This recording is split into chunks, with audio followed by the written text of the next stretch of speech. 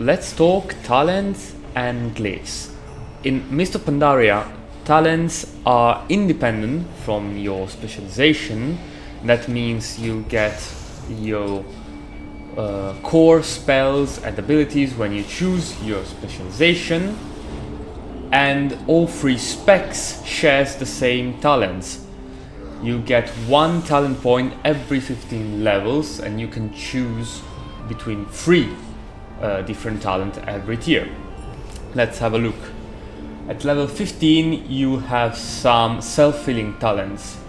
You can choose between Dark Regeneration, which restores 30% of you and your pet's maximum health and increases all healing received by 25% over 12 seconds with a 2 minutes cooldown.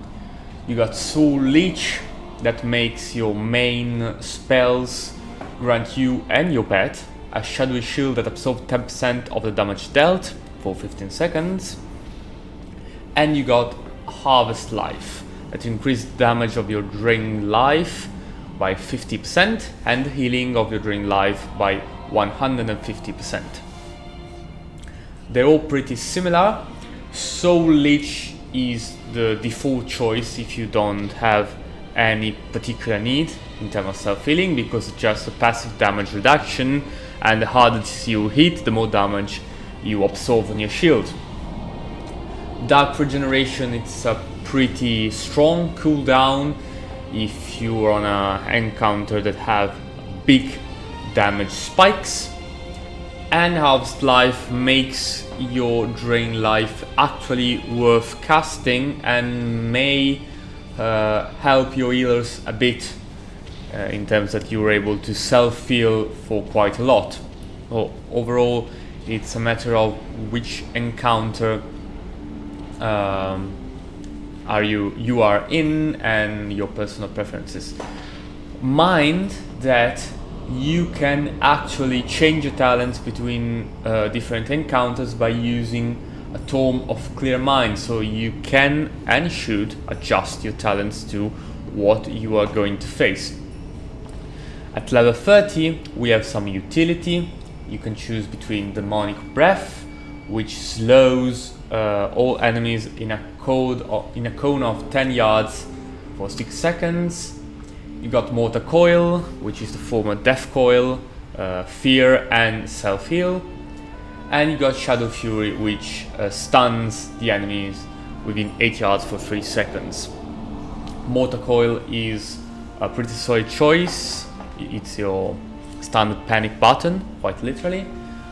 Shadow Fury is useful when you have to deal with adds that can be stunned, and Demonic Breath when adds cannot be stunned but can be slowed.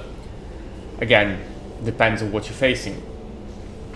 At level 45 you get some defensive.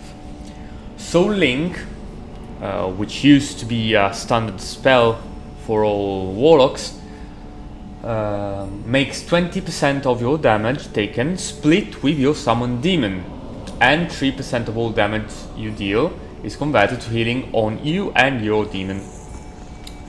Sacrificial Pact is a 1 minute cooldown that sacrifices 20% of your demon's current health or your own health if you don't have any demon up, and shield you for 400% of the sacrifice health for 20 seconds. Dark Bargain, it's a 3 minutes cooldown that prevents all damage for 8 seconds, but when the shield fades, 50% of the damage prevented is dealt over 8 seconds. Now, if you have a demon up, Soul Link is your standard talent because it's just passive damage reduction and passive self-healing.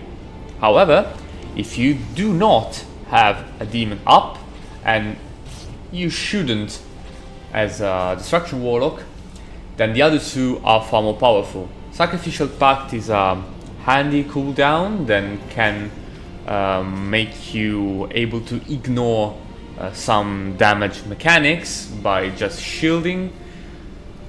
And Dark Bargain is maybe even more powerful because it prevents all and every damage, but you have to make sure that your healers know that you need to be healed for a lot after 8 seconds, otherwise you're just going to die 8 seconds later. Overall, it depends on how comfortable you are with self-healing or with your healers and what you need to face. Sacrificial Pact is a little less powerful than Nachtbaken, but maybe less dangerous overall. At level 60 we got some more utility. Blood Horror, which makes every creature that hits you in melee run in horror for up to 4 seconds.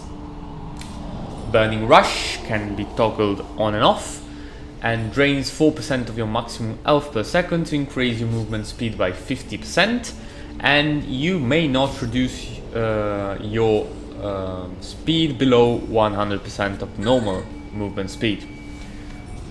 Unbound Will, it's a 1 minute cooldown that purges all magic effects, movement impairing effects and all that stuff from your character. Let's just start by saying that Blood Horror is useless in raiding. It may have some uses in PvP or in solo questing, but not in raiding. So the choice is between Burning Rush and Unbound Will. Burning Rush should be your baseline talent, as just something you can toggle on and off to get out of certain mechanics pretty quickly for a reasonable amount of health. And Unbound Will is for those encounters where you can get stunned or charmed or something like that pretty often. So again, adjust depending on what encounter are you going to do. On level 75 we get our first DPS talent, which is our Grimoire. We can choose between Grimoire of Supremacy, which replaces your normal minion with a more powerful version of it, like Fell Imp, Observer, Terror Guard and so on. We got Grimoire of Service, which is a 2 minutes cooldown that allows you to summon a second demon identical to the one you already have up for 20 seconds, which will attack your target and instantly use their special ability. And Grimoire of Sacrifice, which allows you to sacrifice a demon to gain one of its abilities, increase your power of many of your single target spells by 15% and regenerate 2% of your maximum health every 5 seconds. Now here the choice is between Sacrifice and Supremacy, with Sacrifice being a bit more powerful for destruction in my opinion. Let's just see why from the tooltip of the buff.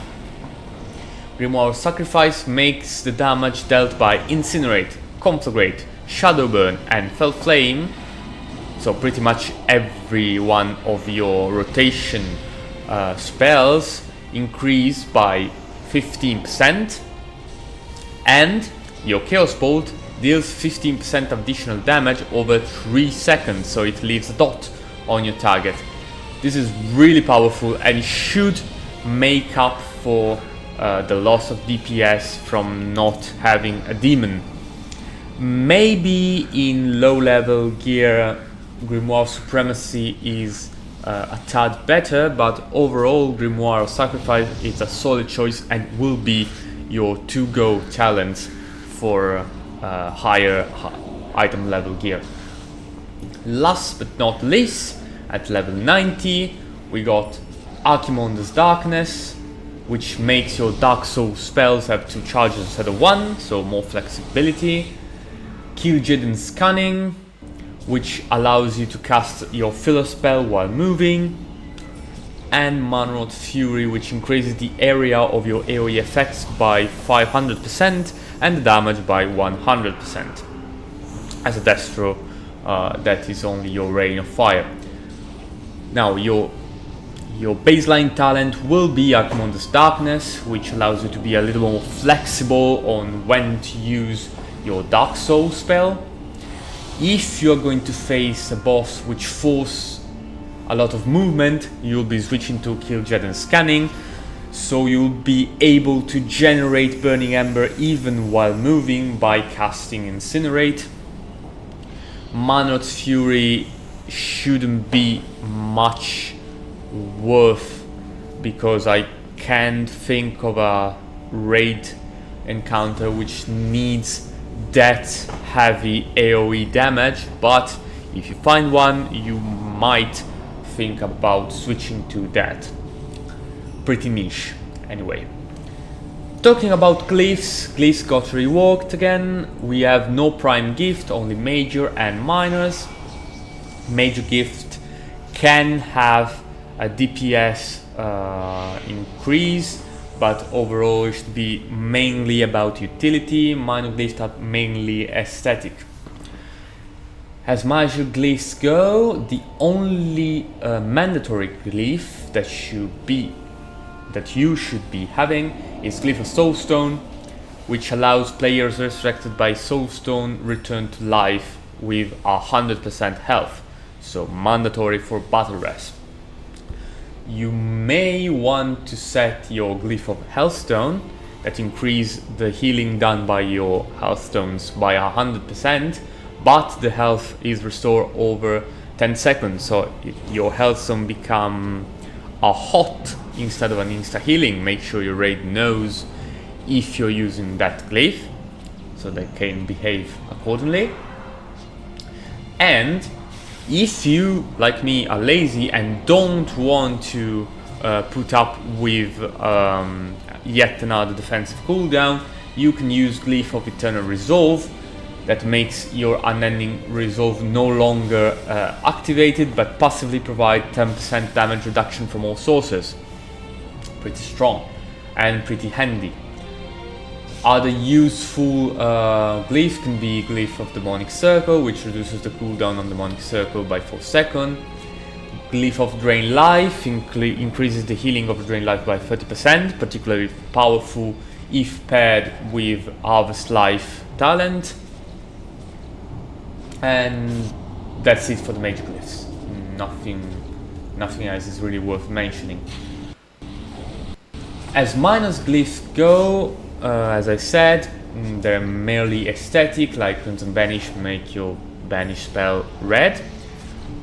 The only one that can have a use in raid is Glyph of Gateway Attunement, which makes your demonic gateways will automatically activate when you step near them, so you don't have to click on it. Not much of an improvement, but still can be used if you're thinking about many things at the same time and you want to use your demonic gateway. You just step near it and you got teleported.